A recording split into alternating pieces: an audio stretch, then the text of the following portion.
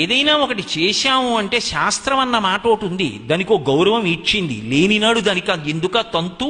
నేనే కదా మీతో తల కొట్టుకున్నాను.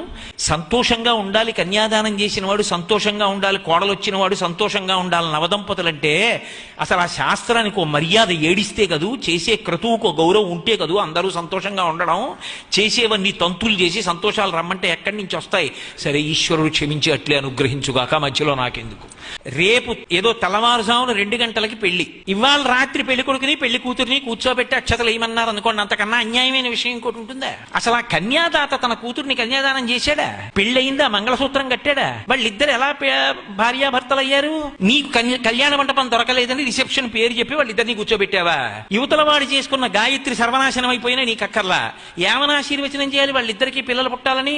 ఎక్కడైనా ఓ ఆడ మగ పక్కన కూర్చుంటే వెళ్ళి అక్షతలేసి మీకు ఇద్దరికి దీర్ఘసుమంగళీ భవ, అమ్మ సుపుత్రాప్రాప్తిరస్తు ఈయన వల్ల అనొచ్చా? వాళ్ళిద్దరు ఎవరు దంపతులు ఎలా అయ్యారు? ఆడపిల్ల తండ్రి కన్యాదానం చేశాడా? పిల్లాడి తండ్రి ఒప్పుకున్నాడా? ఎలా కూర్చోబెట్టావు ఇద్దరిని పక్క పక్కన? పిలిచి ఆశీర్వచనం చేయమని ఎలా అడుగుతున్నావు? ఎలా వేస్తారు? సరే, ఇప్పుడంటే ఆయన బూట్లు వేసుకుని కూర్చుంటాడు, ఏదో కర్ణుడు సహజ కవచ కుండలాలతో పుట్టినట్టు వీడు బూట్లతోనే పుట్టినట్టు.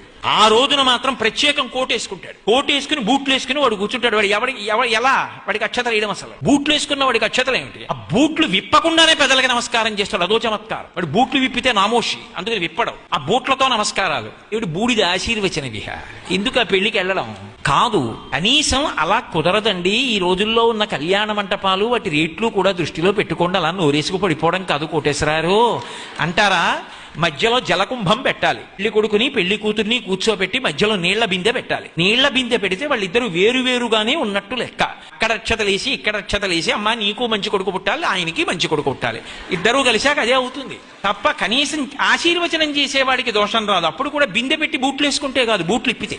మీరు ఎప్పుడైనా మధ్యలో ఉంటే ఇద్దరు కలిసి కూర్చున్నా సరే వాళ్ళిద్దరూ వేరువేరుగా ఉన్నట్టే లెక్క.